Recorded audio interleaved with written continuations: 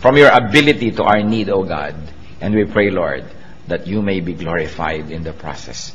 Especially as your word take fruits and bear fruits in our lives, bear fruits of righteousness, stability, peace, and godliness.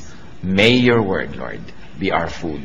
And may you be the true speaker. Use your servant only as your footstool, but speak to your people. And in the name of Jesus, we reject, rebuke, drive away, bind the work of the devil, and set the Spirit free, so that you, O Holy Spirit, may work in us and through us. Father, we commit this time to you, confident that you hear as we ask in Jesus' mighty name. Amen. Nanghihina ako. Naramdaman nyo na po ba sa buhay nyo yan na parang isang problema na lang bibigay na kayo? Parang ayoko nang makarinig pa, hindi ko na kaya, tama na muna ngayon, pagpahingahin muna ako. Kumisa ng mga problema dumarating sunod-sunod, ang panghihina sunod-sunod, nakaka-demoralize, may sakit ka na kumisan, wala ka pang pera, tapos pinagtaksilang ka pa ng iyong kabiyak, sunod-sunod, mo nanghihina ako. O kaya ang dating ng temptation, hindi mapatid-patid, nanghihina na tayo, gusto na nating bumigay. Or you might be discouraged, disillusioned, ang lahat ng effect niyan, panghihina. Magkakamag-anak po ang mga feelings na nagbibigay nitong weakness na ito sa ating puso. But ito ay isang kasinungalingan. Because Jesus is strength and power. Kaya ang mga anak niya ay dapat nabubuhay sa victory, sa strength, sa power. What do people say? People say, I'm afraid. What does God in the Bible say to Christians? Hindi bagay sa'yo. Kung natatakot ang ating mga kapatid, hindi bagay. Sabihan nyo nga katabi nyo, hindi bagay sa'yo ang matatakotin. Diba? Hindi bagay. Bakit? John 14:27, do not let your hearts be troubled and do not be afraid. Madaling sabihin, mahirap ipamuhay, lalo naunahan na tayo ng takot, naunahan na tayo ng pandaraya ng kaaway, at tayo sunod-sunod na ng mga kabiguan ang nangyari. We are made to believe and conditioned to believe that we are no match to the enemy. Indeed, we are no match, but the Lord is our victor, is our champion, who has already won the battle for us. 2 Timothy 1:7, for God did not give us a spirit of timidity, but a spirit of power, of love, and of self-discipline. Yan ang ibinibigay sa atin ng Diyos, spirit of power. Kaya masasabi natin, hindi bagay sa'yo. Kahit mga kapatid, tayo manalamin, nanghihina tayo halimbawa, manalamin kasi mo, anak ka ng Diyos, hindi bagay sa'yo. Sapagkat ang mga anak ng Diyos, kailangan kamukha ng Diyos. Kasi kamukha nga tayo dapat ng Diyos, kawangis, lalong-lalo sa ating kalooban. So brothers and sisters, discipline yourself not to be afraid. It is a matter of habit. Natatakot tayo sa darating, natatakot tayo sa sakit, natatakot tayo sa pagtanda, natatakot sa kamatayan, etc., etc. At kamag-anak po niyan, yung sinasabi mo lagi, I'm worried and frustrated. It's part of being afraid and it's part of being weak. I'm worried. Ano po ang sagot ng Panginoon dyan? You're worried? Cast your cares on me. Cast your cares on me. 1 Peter 5:7, cast all your anxiety on Him because He cares for you. Di po ba kumisan meron tayong panghihina ng loob, may pamamroblema, pero pag nakahinga tayo sa ating kapalagayang loob, kay kapatid, kay kamag-anak, kay kaibigan, lumalakas-lakas ang ating loob. Pero kumisan hindi natin kailangan makipag-date pa, mag-lunch tayo, magkape tayo para lumakas ang loob natin, kasi ang Panginoon is only a prayer away. And through prayer, we can cast all anxieties and cares on the Lord. So kung meron tayong problema, isumbong mo sa Diyos. Nakatutulong kung minsan na may napagsusumbong-sumbongan tayong kapwa-tao, pero tayo nahihinga-hingahan, pero huwag yung magiging kapalit nung tayo na nanalangin at lumalapit sa Diyos. Another complaint of people tungkol sa panghihina, mahina daw ang isip, I am not wise enough. But the Lord answers, I give you wisdom. Huwag kang lagi nagdadahilan na hindi ako marunong, sapagkat nagbibigay ang Diyos ng kaalaman. 1 Corinthians 1:30, Christ Jesus has become for us wisdom from God. Of course, once more, it has a specific meaning, but its general meaning is that we can have wisdom through the Lord. Learn. Hindi dapat lagi nating sinasabi, hindi kasi ako marunong. Kung mga isang buwan na nating sinasabi yan, 1 taon, 10 taon, tama na yun. We've got to learn. At kakambal niyang, I'm not wise enough. Ano pong laging maririnig mo sa mga tao? I don't know what to do. Pero ano pong sinasabi ng Biblia at ano sinasabi ng Panginoon dyan? I know. I will guide you.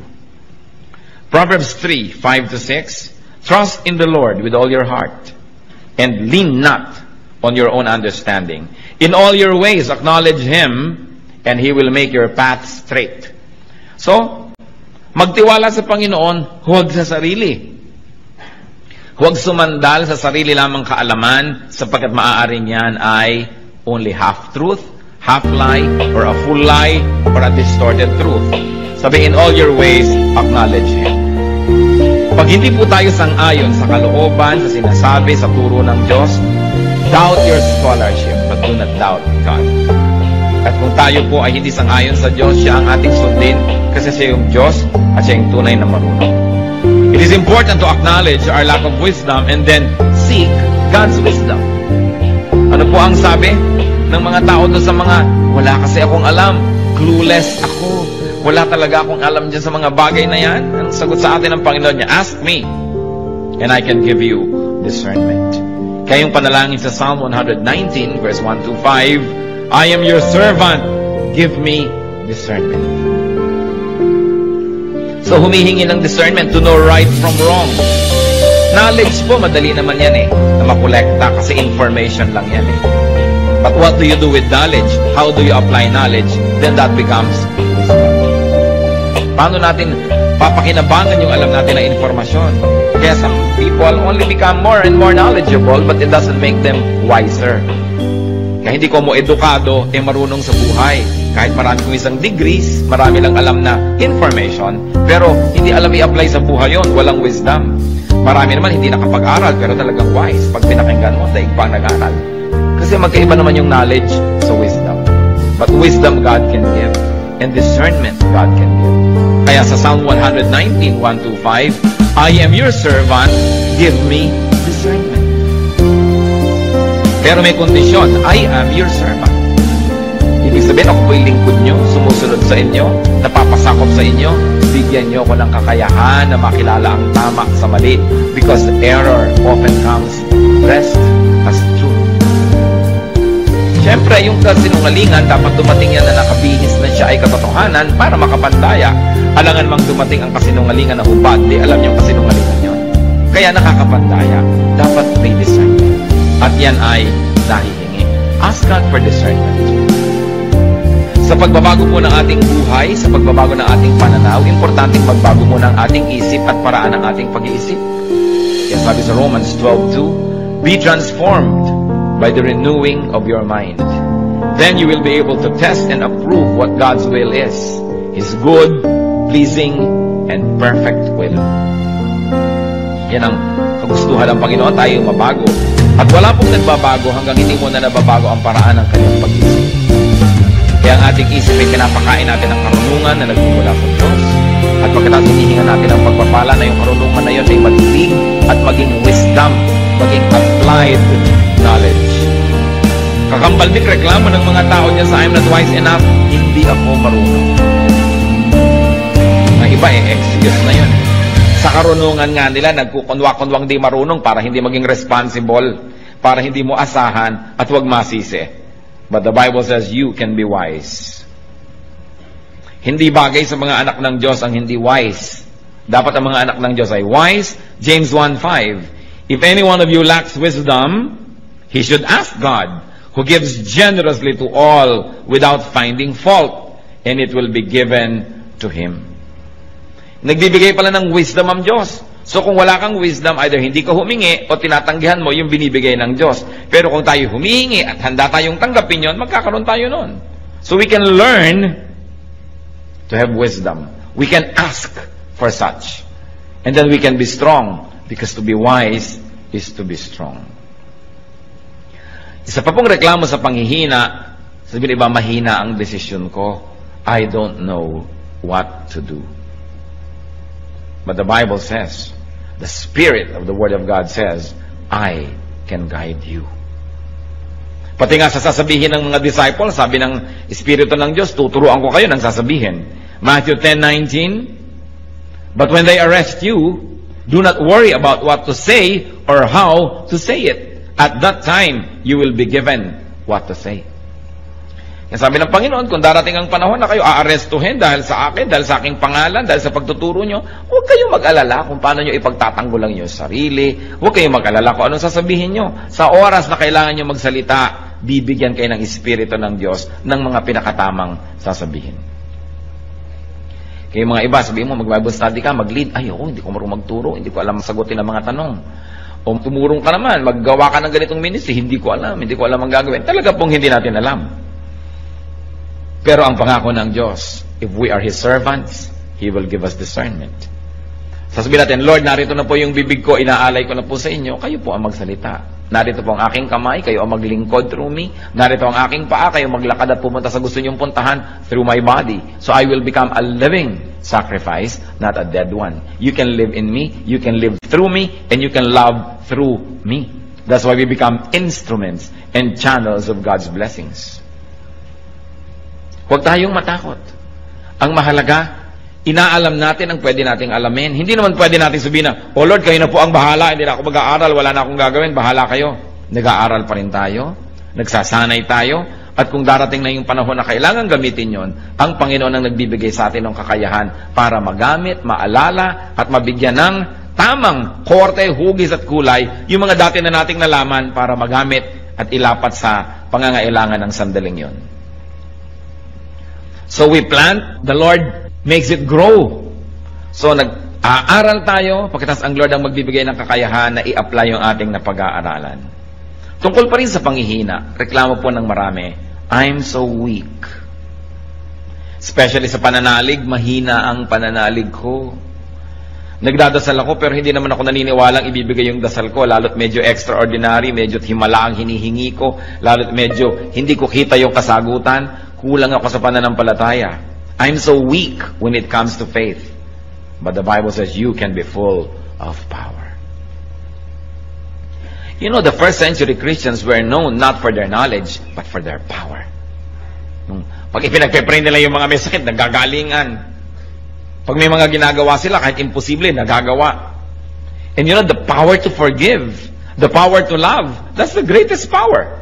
Hindi po nasusukat yung power sa kaya nyo magbuhat ng mga tone-toneladang bakal, o kaya kaya nyong lumangoy ng milya-milyang dagat, o kaya kaya nyong tumalon mula sa taas-taas ng mga pinanggagalingan. Well, that is strength. It is not power.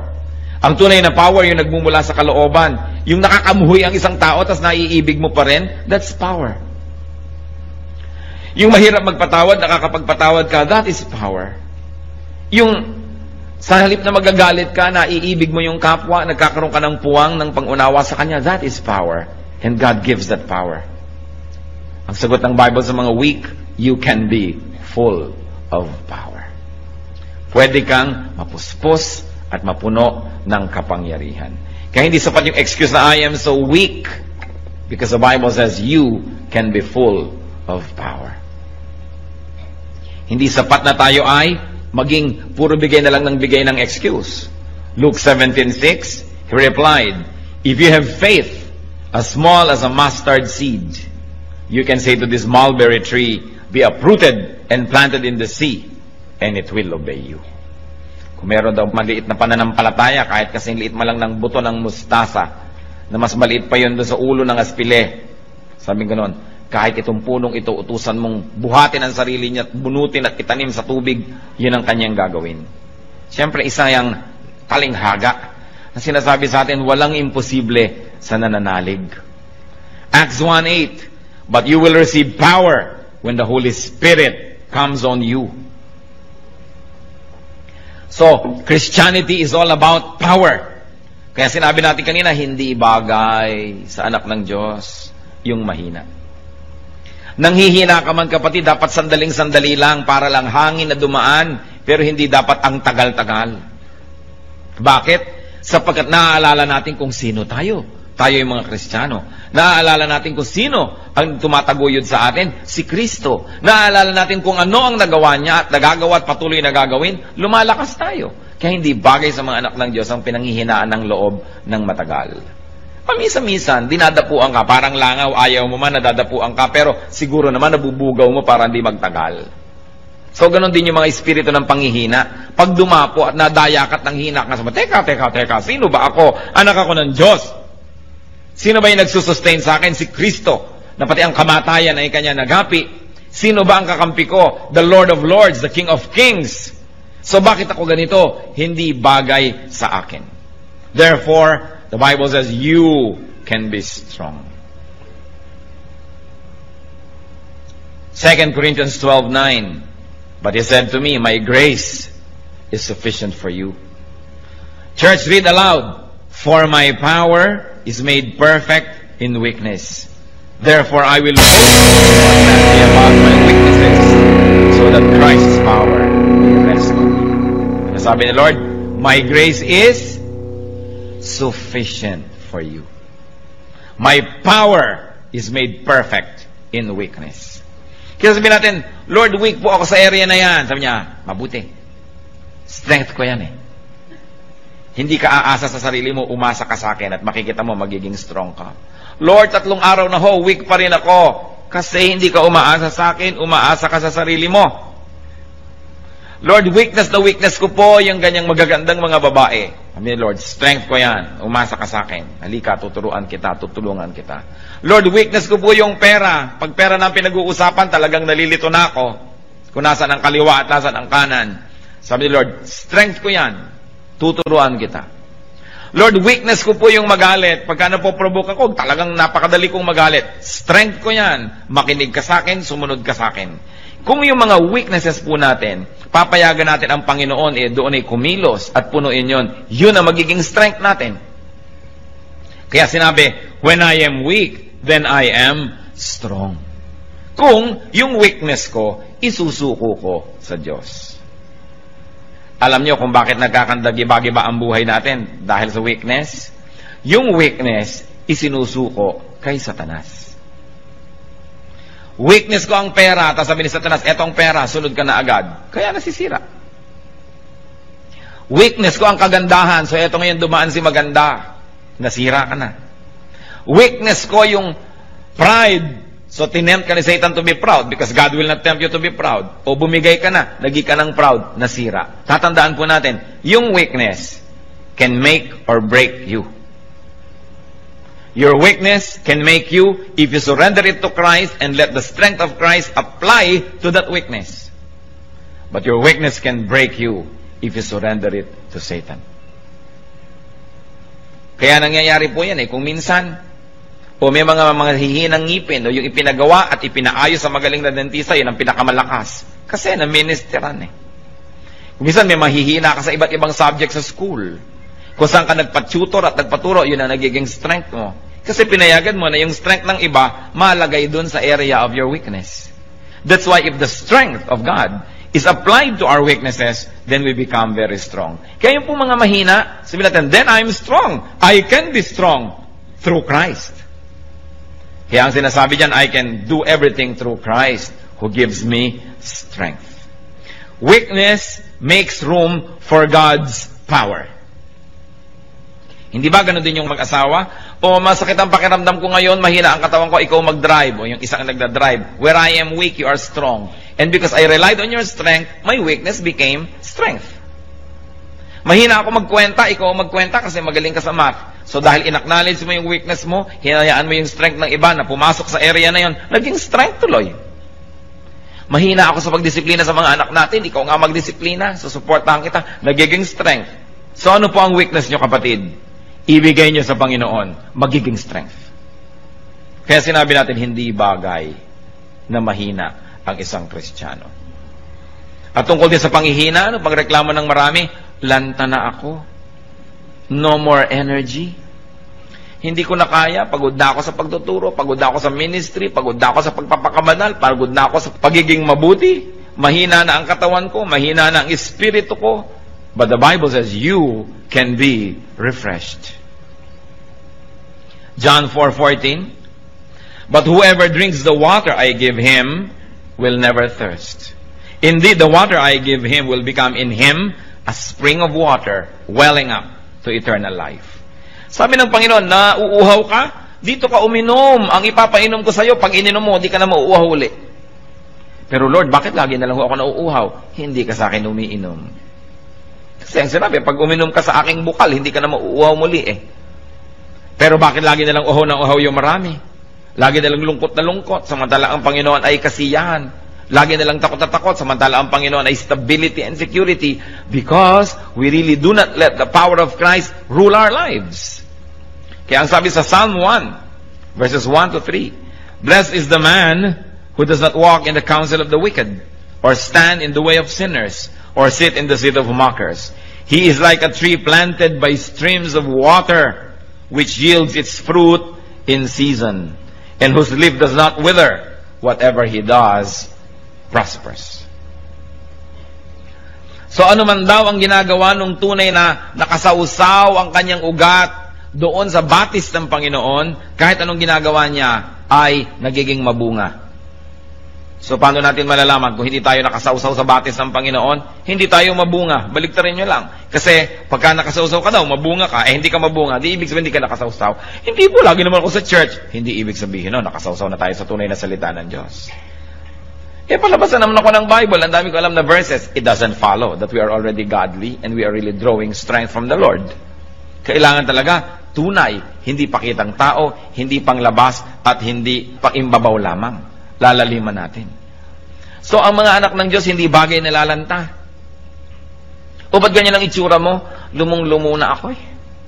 Pagod na pagod ako sa kabutihan. Teka, hindi bagay yan sa'yo. Hindi ka dapat nalalanta ng ganyan. Baka hindi ka planted by streams of water. Akala mo lang. Kaya kailangan lagi tayong nagre-renew ng ating relationship with the Lord. Lagi tayong nagre-renew ng ating kabanalan, humihingi ng tawad sa ating mga kasalanan, nag-aaral ang mga salita ng Diyos, at patuloy na humihingi ng karunungan kung paano i-apply yon. Yung iba ang panghihina nila, hindi ko kayang gumawa ng mabuti. Ano? Yung biyenan ko, kakausapin ko, hindi ko kaya yan. Ano? Tutulungan ko yung mga dating umisulto sa akin, hindi ko kaya yan. Ano pong reklamo ng iba? I cannot afford to do good. Yan ang aking weakness. But the Word of God says, I can give you enough supply, enough strength, so you can afford to do what is good. 2 Corinthians 9, verse 8. And God is able to make all grace abound to you, so that in all things, at all times, having all that you need, you will abound in every good work. Yan po ang pangako. Aapaw tayo sa mabubuting gawa, sapagkat sa lahat ng panahon, aapaw ang grasya ng Diyos sa ating buhay. Sa lahat ng oras, sa lahat ng lugar, you will have everything you need. In that case, you will overflow and you will abound in good works. Yan po ang kalooban ng Diyos para sa atin. Hindi maging mahina tayo sa paggawa ng mabuti. Marami mga tao mahina sa paggawa ng mabuti pero malakas sa paggawa ng masama. Hindi makapagpakumbaba, hindi makapagsabing I'm sorry, pero kayang-kaya niya magsabi ng masasakit na salita sa kapwa. Pag I'm sorry, hindi masabi. Pero pag masakit na salita, kaya. Pag act of kindness, kayang gawin. Sinasagot-sagot yung magulang, kayang-kaya. Pero pagka gusto ng yung magulang ihalikan o yakapin, hindi magawa-gawa. Nahihirapan ng loob pag gagawa ng mabuti. Pero gagawa ng mali, malakas ang loob.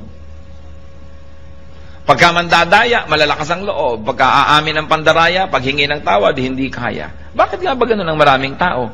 Ibig sabihin lang, hindi tayo lubos na nakasawsaw sa batis ng Panginoon. Kasi bakit pagka may energy, pag nakikipag-away, kayang-kaya. Pero pagka gagawa ng mabuti, nahihiya. Ngingiti lang sa kapwa, hindi makangiti-ngiti. Napakarami pong tao gustong ngumiti, pero ayaw lang, nahihiyang ngumiti. Ayoko ngumiti, nakakahiya. Pero kayang-kayang manimangot. Yung gagawa ka lang ng mabuti, nakakahiya. Bakit babaligtad na yata? Kaya sabi, you will abound in every good work. That's why we have to be immersed in God's water. In God's perfect living water. Yung iba po, anong panghihina? Sabi na, huwag na tayo mag-Bible, huwag tayo mag-Christian. Kahit naman mabuti tayo ngayon, next week, babalik din tayo sa dati. Hindi rin natin kaya i-maintain yan. Yan ang reklamo ng iba. I am weak. I cannot maintain a holy lifestyle. I cannot be holy enough. Yan po ang reklamo ng iba. Sobra akong mahina, hindi ko rin naman kayang i-maintain, huwag na lang umpisahan. But the Lord says, I will help you. Yan ang kanyang pangako. You say you cannot maintain a holy lifestyle, I cannot be holy enough. The Lord says, I will help you. Philippians 1:6, being confident of this, that He who began a good work in you will carry it on to completion until the day of Christ Jesus. Siya na nag-umpisa at kasama mo sa pag-uumpisa ng pagiging mabuti at paggawa ng mabuti at pagbabagong loob, siya ang tutulong sa iyo na makumpleto yan, mabuo yan hanggang sa pagbabalik ni Kristo. Kaya hindi bagay sa Kristiyano yung mahina sa kabanalan, pero sa kasalanan, malakas. Nababaligtad. At meron pa nagsasabi, I cannot stand up. Mahina ako sa pagtayo, mahina ako sa paninindigan sa buhay. But the Word of God says, I can enable you. Hindi mo kayang tumayo, pero kaya kitang tulungan na tumayo at manatiling nakatayo. Romans 14:4, who are you to judge someone else's servant? To his own master he stands or fall, and he will stand, for the Lord is able to make him stand. Kaya daw nating tumindig sapagkat ang Panginoon ang magbibigay sa atin ng kakayanan. Kaya kaya rin nating manindigan. Weakness, ano po bang ibig sabihin yan? Pag sinasabi nating nangihina ako, merong mga nangyari na sunod-sunod, kaya nakarating tayo sa ganong estado ng panghihina. At isa lang po, ang pinagmumula ng panghihina, yung pag-asa sa sarili lamang. Weakness comes from dependence on yourself alone. Because if you depend on God, your weakness will translate into strength. Pag tayo'y umaasa sa Diyos, ang kahinaan nagiging kalakasan. Where we are weak, we become strong. So mga kapatid, isa lang po itong simpleng analysis. When you are weak, it means you are depending on yourself. Or you are depending on other people. That's why you are weak. Because the moment you depend on God, and you let God do His mighty will, then your weakness becomes strength. Hindi natin sisisihin ng Diyos. Bakit po mahina ako dito? Pinapabayaan nyo na yata ako. Sabi niya, where you are weak, you will become strong. But you've got to do it my way. You've got to give me space. You've got to let me do what I'm good at doing. And that is to restore you, to strengthen you. But remember, God gave us free will. How you use that free will make or break you. Saan po ba tayo mahina? Tayo na lang nakakaalam. Alam ng Diyos. Huwag naman ninyong gawing kahinaan yan last year, kahinaan pa ngayon, kahinaan pa next year. What is important is that we are changed from glory to glory. That we become Christ-like. More and more Christ-like. That we do not become sinless, but we sin less and less and less. Na hindi tayo lagi nagtatago sa likod ng mga excuses na ganyan talaga ako, tanggapin mo na lang kung ganyan. Yun talaga ako, sapagkat hindi good enough yung ganun lang talaga. Kailangan magbago ng magbago. At binibigyan naman tayo ng Panginoon ng kapangyarihang magbago. One of the noblest way, most sublime way to worship God is to be more and more like Him. Mabuti yung pag-awit, mabuti yung offering, mabuti yung pagsayaw sa Panginoon, mabuti yung pagtugtog, pag-worship. Pero isa po sa mga pinakamalalalim na paraan ng pagsamba, yung tayo'y lalo nang maging kawangis ng ating Diyos. That is one of the best ways to please the Lord. Di ba kung magulang ka, kamukha mo yung anak mo, tuwang-tuwa ka. Di ba? Kamukha ko ang anak ko. So gusto ng Diyos, makita niya, nakamukha tayo. Kaya manalamin nga tayo at magtanong, teka, kamukha ka ba ng Diyos? Anong ginagawa ng mga sungay-sungay dyan? Diba? Alis-alisin yung mga yan. Ang mga kalikaliskis na yan, alis-alisin kasi hindi kaya kamukha ng Diyos. Kaya dapat tayo nagtatanggal ng mga hindi dapat. Lalong-lalo yung mga weaknesses. Alam niyo po yung weaknesses, it's only in the mind. Nakita niyo yung mga pag may biglang sunog. Ano nangyayari kahit buong refrigerator nabubuhat eh. Pero pag tapos na yung sunog, 3 na yung nagbubuhat, di pa maibalik-balik yan. Kasi alam nyo, yung inisip mo, kailangan ko itong gawin, nagkakaroon ng pagbabago sa iyong katawan, sa iyong buong pagkatao na nagagawa mo yung dapat gawin. Kung sunog lang yon, nagkakaroon tayo ng lakas. Di lalo na kung alam natin that this is a spiritual warfare, that we must win. Meron tayong lakas, lalo't ipinangako ng Diyos, I will never leave you, I will never forsake you. So niya, cast all your cares upon Him, for He cares for you. And when you are weak, you will become strong. What you must do is to allow the Lord to enter that weak area and do His will. Huwag tayong tumanggi. Huwag tayong makialam sa Diyos. Sumuko na lang tayo. Kaya ano-ano po ba yung mga areas na yan? Kung tayo nang hihina, remember, dahil umaasa tayo sa sarili lamang. Sapagkat kung umaasa tayo sa Diyos, we are planted by living waters. Our leaves do not wither. We bear fruits in season. Sabi niya, I'll give you living water and you will thirst no more. Yet why do many of us thirst in various areas of our lives? We thirst in our emotional life, in our intellectual life. We thirst here and there. We long for what we should not be longing for. Sometimes we become jealous and covetous and mainggitin pa at kung ano-ano. It means that we are not letting the Lord work in our weakness. Isang inaalagaan pa natin yung weakness na yun na, alam mo naman, weakness ko, dapat pinapansin ako. Talaga pag hindi ako napapansin, nagagalit ako. At yung hindi ka mapapansin, nagagalit-galitan ka pa at dinadagdagan mo pa. Dahil sasabihin mo, ako ito, kailangan bilhin mong ako ito. No, we should be changed. Be changed by the renewing of your mind. Ang kagustuhan kasi natin kumisan, paikutin ang buong planeta, mag-adjust sa atin. Yung tuwang-tuwa tayong, huy, talagang pag nakakakita ng pula yan, nagagalit, kaya huwag ka magpapakita ng pula. Talagang pagka nai-ignore yan, nagagalit, kaya papansinin mo lagi. Lalo tayong bine-baby ng mundo, lalo lamang lumalaki yung loob natin sa ating mga kalikuan. Kaya pag alam natin, mali ako dito, Lord, I surrender this weakness to you. Turn it into strength. And I know that the Lord will do it because God said it. And if God said it, then it must be true. Hindi pwede na nabubuhay tayo sa weakness.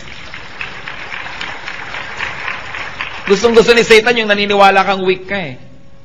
Kasi yung kaya mong gawin, hindi mo na ginagawa, nakumbinsi ka na hindi mo kaya. Alam niyo si Satan, pipigilin niya una na masave ka. Pipigilin niya na ipanganak ka muli, na magkaroon ka ng panibagong buhay. Pag di niya napigil yon, at di naman niya kayang pigilin, kung gugustuhin ng may katawan, di niya mapipigil. Pag di niya napigil yon, ang susunod niyang pipigilin, lumago ka sa pananampalataya. Pipigilin niya yan. Kukumbinsihin ka niya, hindi talagang maramdamin ka, dapat unawain ng mga taong maramdamin ka. Hindi talagang itong weakness mo, hayaan mo nang, yan ay i-maintain mo na, kasi konti lang naman ang weakness mo, dapat weakness mo na talaga yan, tanggapin na lang nila yan. Yan ang mga pandaraya ng kaaway para huwag tayo mag-grow. Sapagkat ang tao, pag ipinanganak na muli, dapat ka namang lumago at mag-mature. Kaya ang goal natin, first is to have a new life, the rebirth, and then to grow into maturity. Pero ang dami hindi nagmamature. Because they continuously believe in the lies of Satan na okay ka na, pwede na yan. Kailangan hindi. Kailangan patuloy tayong humihingi ng pagbabago.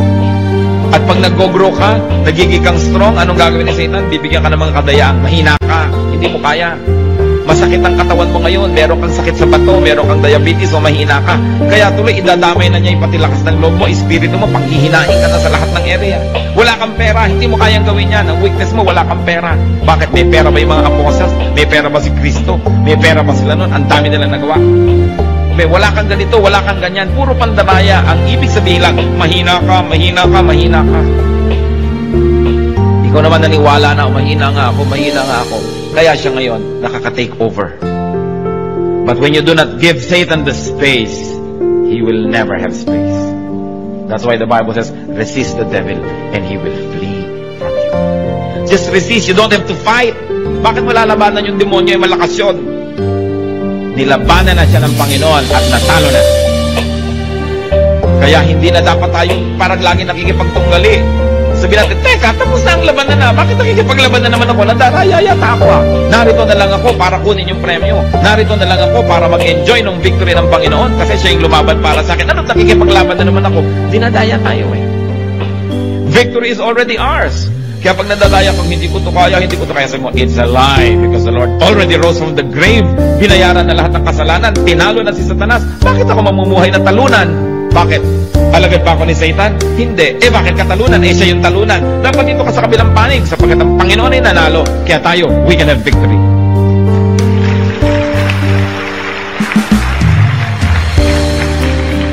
Malaking bagay po kung minsan yung naaalala mo kung sino ka. Meron akong kilala. Napakabuti ng pamilyang nilakihan, mabuti naman yung naging foundation ng kanyang buhay.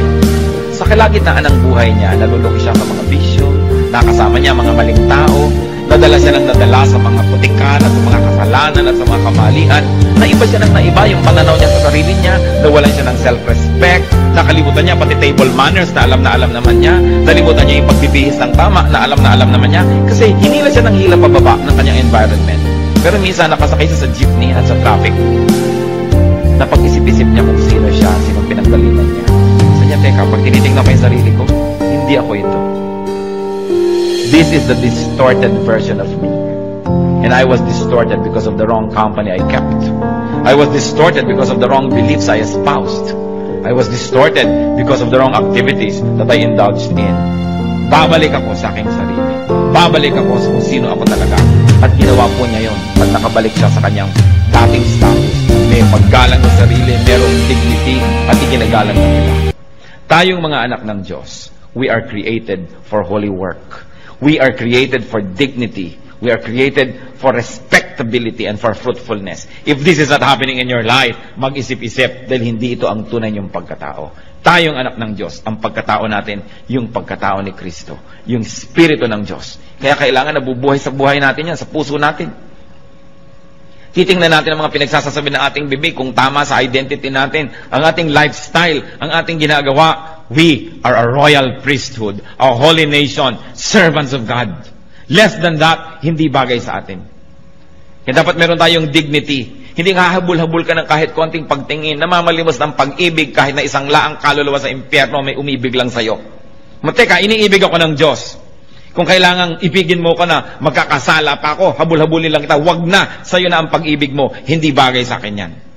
Anak ako ng King of Kings and Lord of Lords. Hindi bagay na isinasangla kong kaluluwa ko, magkapera lamang, magkaroon lang ng mga hinahangad ko. Kayang ibigay sa akin yan ng Diyos, God's way, not through Satan's way. Don't live in a lie. You are a child of God.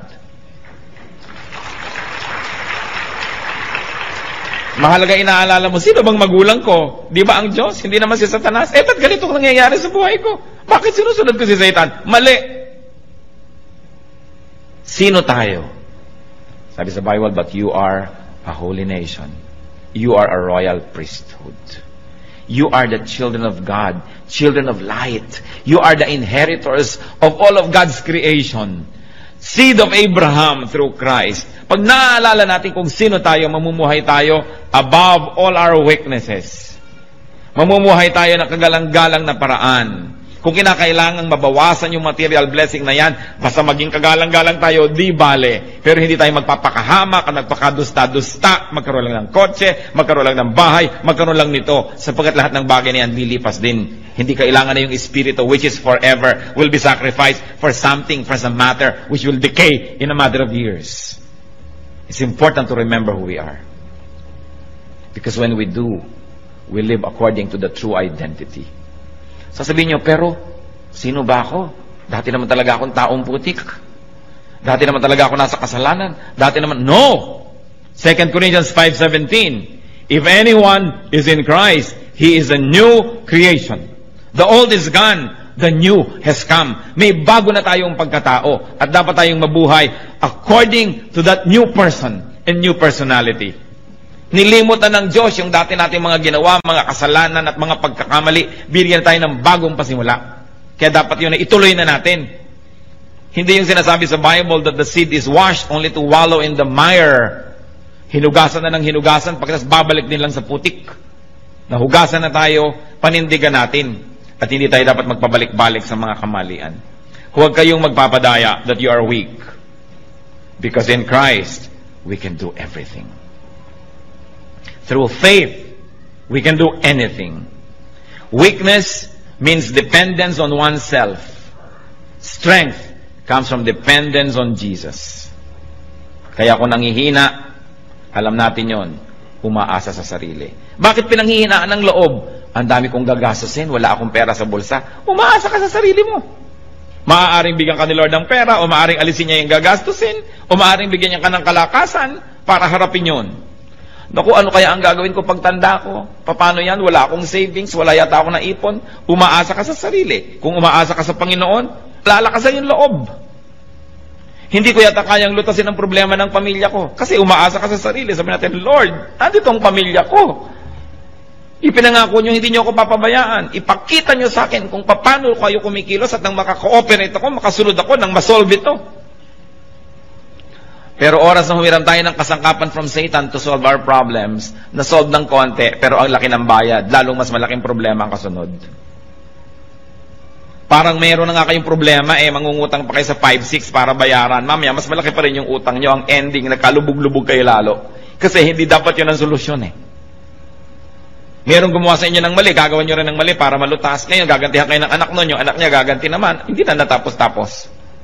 Kung gusto natin na solve ang mga problema natin, wag na wag kayong hihiram ng tool ni Satan.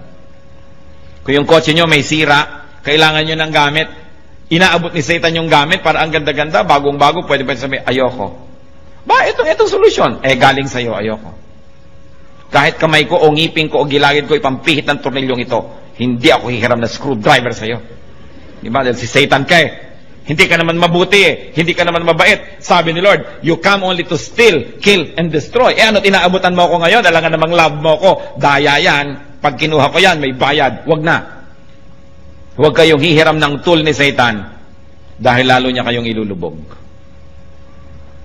Yung mga iba dyan, misis, pinagtaksila ng asawa, pastor, kaya magtataksil na rin ho ako.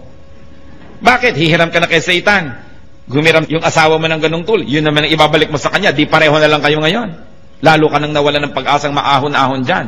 Dati kalahati lang ng inyong partnership ang nasa dilim. Ngayon pareho na. Di lumubog ka lalo. Huwag hihiram kay Satan. Pag nanghihina tayo, palakasin lang ang loob kay Satan hihiram. Huwag na huwag. He comes only to steal, to kill, and to destroy. Hindi niya kayo mahal. Kaya huwag kayong padadaya, natatanggap ng anything kasi may bayad yon.